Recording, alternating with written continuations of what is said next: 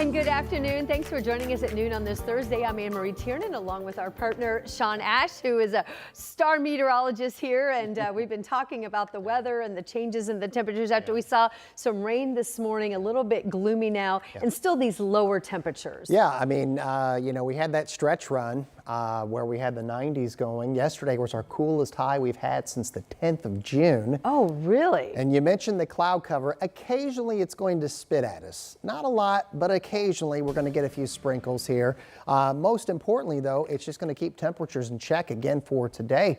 And these clouds, by the way, are courtesy of moisture coming off the Great Lakes as the flow wrapping around Aaron and this high that's over the northern lakes is shooting down from the north and northeast, and we are squeezing out some lake effect clouds that occasionally produce some drizzle or a passing light shower. It's not going to be too damp of an afternoon.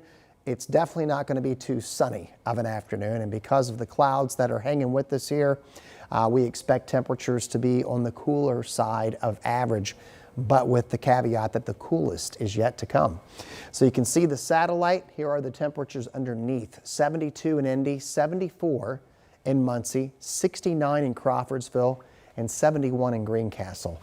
We'll sneak up into the middle and upper 70s, but we should stay shy of 80 degrees. Now, dew points are lower than the really nasty ones we had earlier in the week, but still relatively humid.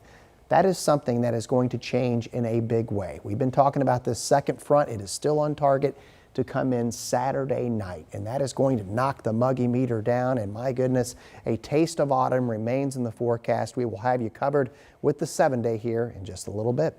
All right, Sean, thank you. We'll check back. In the meantime, now new at noon on this Thursday, a jury right now is deciding the fate of a woman who's charged in the shooting and killing of 3 people in Broadripple. Kara Hines is facing multiple counts that include murder and reckless homicide. She's accused of killing 24-year-old Tywayne Henning, 22-year-old Kalia Preer, and 19-year-old Christopher Lee Wilson Jr., and then also injuring a 4th person. In the courtroom today, the defense argued, claiming the shooting was self-defense. The prosecutors say, oh no, it wasn't. Hines faces 45 to 65 years in prison for each count of murder. She also is facing 1 to 6 years in prison for 3 other charges that include reckless homicide. We're following the case, and we're going to update you on the result and the sentencing here online and on all WTHR platforms when there's a verdict. Developing this afternoon, a mother now is in the Marion County Jail, and she's accused in the death of her 2-year-old who found her gun and then shot himself. And this incident is just one of 2 that the prosecutor recently filed, pursuing those parents who lost their toddlers to accidental shootings. The first case happened June 19th. That occurred in a CVS parking lot near 46 and Keystone. Court documents say that the mother in this case, Kiera Bickett, had a loaded gun in her purse, and one of her children, 2-year-old Javarius, was able to get to it and accidentally shoot himself. He died at the hospital. Then the second shooting happened less than a month later. It happened at a home located on Ralston Avenue. Investigators say the father in this case, Leonta Anderson, showed up at the hospital with his 2-year-old daughter, Harmony, and Harmony died not long after showing up in the ER. In court documents, police say that the dad admitted to leaving loaded guns on a shoe rack before Harmony found one and accidentally shot herself. We certainly want to be sensitive to what the family's going through. We understand that they're already walking around with the greatest punishment that they can ever receive in this case, which is the loss of a child. But at the same time, we have an obligation to the community to prevent future tragedies like this from occurring.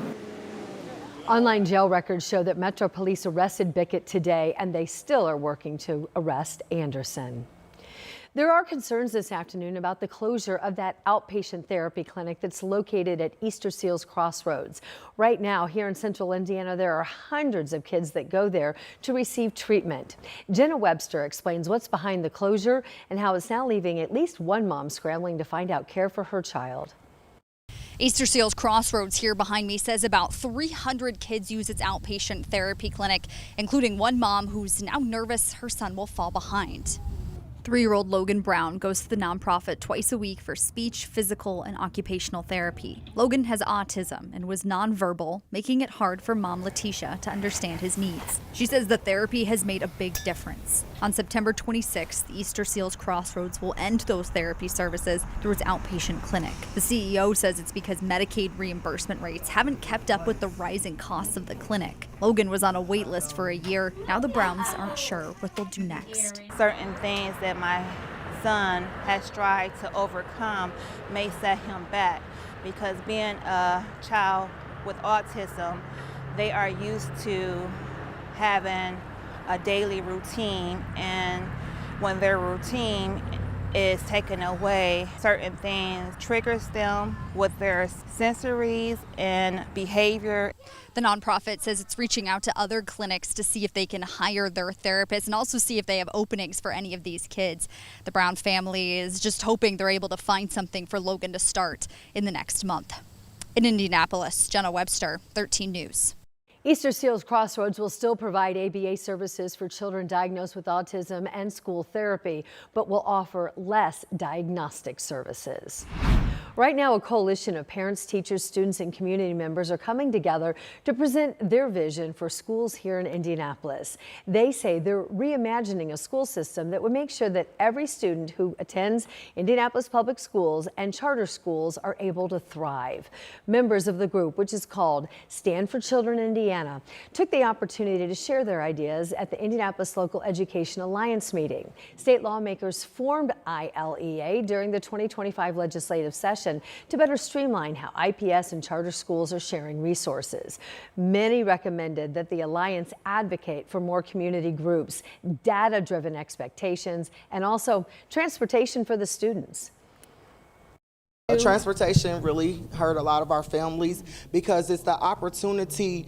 You can say, oh, wow, I can't take my kid to the best school in the city because I can't get there. That's not an excuse. There's no barriers, should be any barriers for education. And so children should be able to commute and receive that top quality education no matter what side of town, no matter what life and walk of life they come from. The Alliance will make its recommendations and report back to lawmakers by the end of this year. Tonight, you have a chance to weigh in on a proposed AES rate hike. The public hearing set for tonight is at 6 o'clock. If you'd like to go, it's at Southeast Community Services. Now, the Indiana Utility Regulatory Commission has to sign off on this proposal, and that commission is hosting 2 additional hearings after the one tonight. They're set for later this month. Right now, AES is proposing a price hike of more than $20 a month. A new break in a southern Indiana double murder, which has gone unsolved now for nearly a dozen years. Investigators say they found the suspect at an Immigration and Customs Enforcement facility located in the state of Georgia. Now, this is a case that dates back to October of 2013. That's when the police in Clarksville went to a house fire. They say when they arrived, they found 2 bodies in the home. The suspect's DNA now matches, we're told, the DNA collected from a knife and blood underneath one of the victim's fingernails. Police say the suspect was the victim's roommate. Our sister station, located in Louisville, Kentucky right now, reached out to ICE about whether or not this suspect was targeted and wanted to learn more about his immigration status. The agency has yet to respond. That suspect now is expected to be extradited here to Indiana to face justice. More than 400 Indiana National Guard troops are back home this afternoon. What a whirlwind after landing yesterday at Indianapolis International Airport. They were in the Middle East for a nearly year-long deployment. And as you can imagine, friends and families were very happy to see them as they came off the plane looking for their loved one by one. A very happy homecoming. They had signs and lots of big hugs to welcome them. Governor Mike Braun also there meeting with the families, and then these hugs, the celebrations and tears to go around. He did not get to walk to his dad. He was too tired, but he did get to hug him. So that's what we hope for. The backstory there, this little guy in the stroller working on first steps, too tired to do that yesterday, but maybe now Dad will be able to witness those in person. And a lot of troops that we talked to just say they're so glad to be back. They want to catch up on some sleep. Oh, and also at the top of the list, enjoying some good food. And now an exciting time for WWE fans who are here in central Indiana because they are bringing WrestlePalooza here to Indianapolis. This is the WWE's first premium live event for ESPN. If you want to go, it's happening at the Fieldhouse. It's coming up next month on September 20th. That is a Saturday night. And John Cena, who will retire from professional wrestling at the end of the year, is headlining the main event. It will be his last show here in Indy. If you're interested, tickets go on sale Friday. A pre-sale happens today, and we've got all the ticket information you need to know if you head to our website right now at WTHR.com. And also coming up next month, you have a chance to help save a life. Yep, we're teaming up once again with the Red Cross for the Knock Out the Need blood drive. The drive is set for September 3rd and 4th, and it's at these locations around central Indiana: Carmel, Columbus, Indianapolis, also right downtown at Ivy Tech, and also the times there as well. You can walk in, but they do prefer that you make an appointment to make things run efficiently. If you would like to do that, head to our website right now, WTHR.com/knockouttheneed.